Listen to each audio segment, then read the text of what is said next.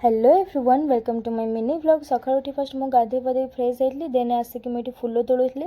ये बहुत सारा क्वांटिटी फूल अच्छे बट गाँव जमी भेराइटी फूल मिले तो ये मिलबनी जहाँ जी मिलला मुझे नहीं आसती कम चलाइए ये पूजा करने। तो ये मो पूजा सारी देती आसिक मुझे खाई गोटे केक आ बहुत दिन है व्लॉग आनी पार नी कहीं बहुत सारा कम था। तो ये कम सरीगला एवं ट्राए करी रेगुलाली सब व्लॉग आने। तो ये घरे थी जामु कोली तादेह मुझे लुण पकई देती आठ आनी छात खरारे सुखाइबा एत जोर से खरा होता जामुकोली कौन सुख मुझे ये अधा अधे सुखी जाइली।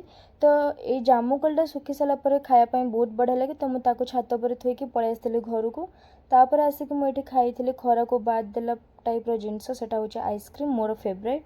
तो मुझे खाई देती यार हूँ यहाँ लास्ट पार्ट जोटा कि मत बहुत ही बढ़िया लगे आपण मानक भी समस्त भल लगुव।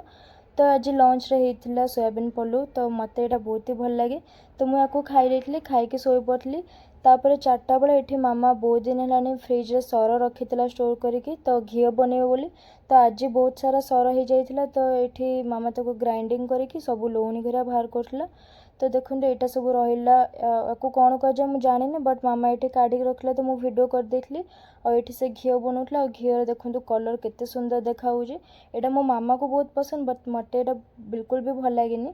तो रातिर डिनर आज मुझे खाई चाउमिन। तो रोच आज देखा आउ गोटे मिनी व्लॉग रे टिल देन बाय।